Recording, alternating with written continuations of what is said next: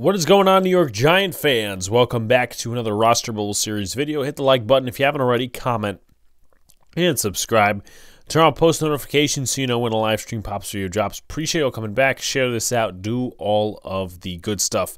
We're doing another Roster Bubble video today, and in these Roster Bubble videos, I take a player that's on the Roster Bubble. I talk about their background, their competition, ways they could win a spot on the roster, ways they could lose a spot on the roster, and then at the end, a projection. Today, we're going to talk about the GHOST, Aaron Robinson.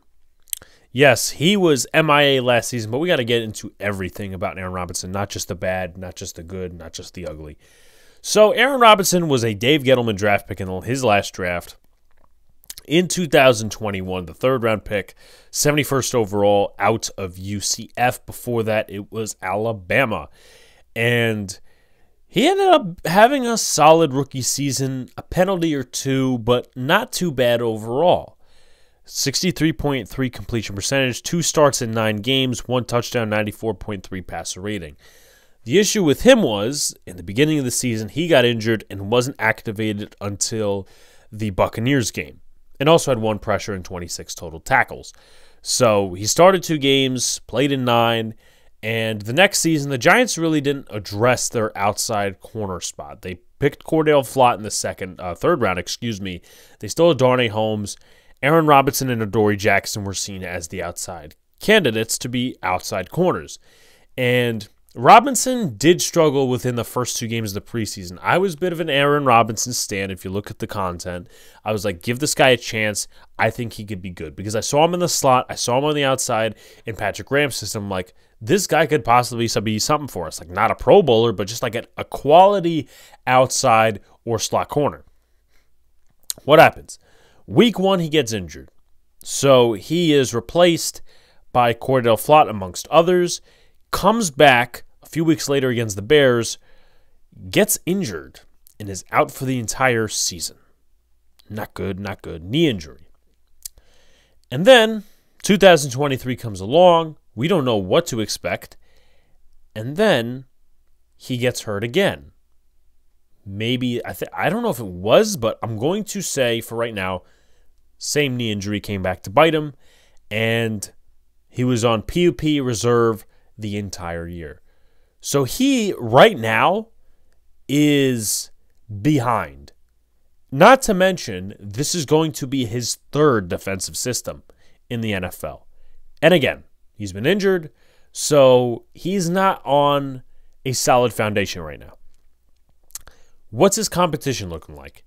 Darnay Holmes, Trey Herndon, Nick McLeod, Stanley Thomas-Oliver, Caleb Hayes, Alex Johnson, Cordell Flott, David Long Jr., and that's pretty much it. So that's a solid corner room if you look at it. Now, before we get to how he could win, lose, whatever, let's talk about, hey, are these corners, you rate them better than Aaron Robinson? Let's start off with Darnay Holmes. Darnay Holmes has more special teams experience. Darnay Holmes has had less injuries, and he's better in zone coverage, which does fit the Shane Bowen system. Aaron Robinson is better in man, but he could play both, I have a feeling. Trey Herndon, solid overall, hasn't had too many injuries over the course of his career. So you have that. Nick McLeod, more experience with the Dable coaching staff, which puts him up higher and better results.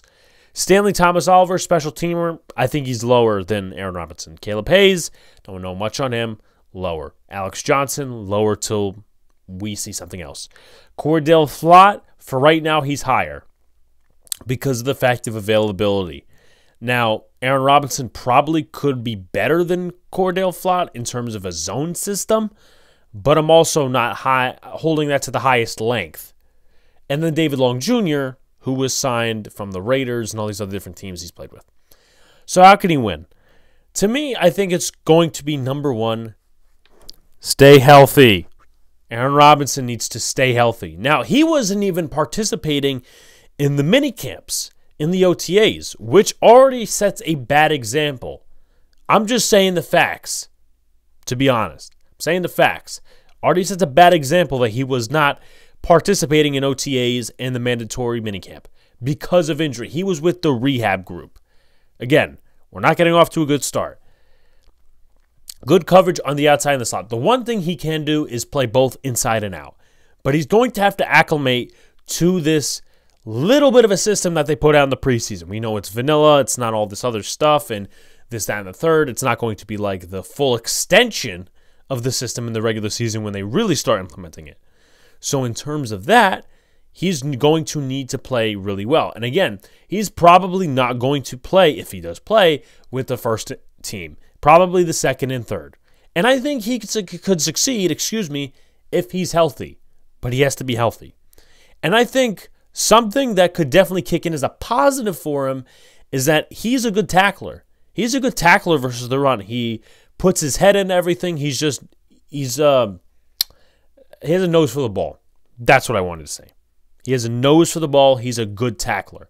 Something Darnay Holmes has gotten better at. Cordell Flott is not a great tackler, and he's not a great run defender. So Darnay Holmes, if we're talking about the slot battle, Trey Herndon, Darnay Holmes, Aaron Robinson have that over Cordell Flott. But the Giants are probably not cutting Flott because they like him on the outside, and Herndon is a slot corner, and then this, that, and the third. But tackles well versus the run, less penalties. In the first 2 preseason games in 22, he really struggled. He cannot afford any mishaps where a lot of people are watching in the preseason and in training camp. He can't afford the mishaps. Can't be done. Cannot be done. But good coverage on the outside, less penalties, position versatility, tackles well versus the run. Also special teams, that does help if he comes off, blocks a kick, and also punt return, and not punt return like he's going to return a punt, but like punt blocking and being on special teams overall. He does fit every asset of special teams. So that is where he could possibly make this roster in this new system with Michael Gabriel. How can he lose? Burned and Bowen system on the outside, only put in one spot, whether it's the slot or the outside. I think it'd be the slot. Failed opportunities, I should say, on special teams, more penalties and injuries. Again, we're already not at a good start with him not participating and him eventually probably coming into training camp, being on the rehab group. And if he's still with the rehab group, I could see him on PUP, which every corner's stock goes up, but his stock goes down. Not great. If he's burned in the slot by some of these receivers we got, they're quality. They're not great. They're not elite. They're not terrible. But Allen Robinson in the slot possibly, or Isaiah McKenzie, if those speedsters burn Aaron Robinson, it's going to be another foot out the door for him. So if he's burned on the outside or in the slot, wherever they put him, that's going to be bad. And not getting much, really, I would say, playing time on special teams, more penalties, more injuries. That's how we can lose and how we could win. Special teams acclimates well to Bowen's system, tackles well versus the run, less penalties, good coverage on the outside or in the slot, position versatility. I don't think Aaron Robinson's going to make the roster. Last year, if he was healthy, I would say yes. This is his third defensive system. The Giants have brought in a number of corners that are probably better than him when it comes to availability and scheme fit. And I think his leash has just ran out. The Giants don't have any contractual obligations to him next year. And it is what it is. It's unfortunate. I really liked Aaron Robinson coming out of college. It's just injuries have totally derailed his Giants career. May I be wrong? I've been wrong before. Like, comment, subscribe, folks. Do all the good stuff. Turn on post notifications so you know when the live stream pops or drops. Appreciate y'all coming back. Peace out, guys. See you later. Stay cool.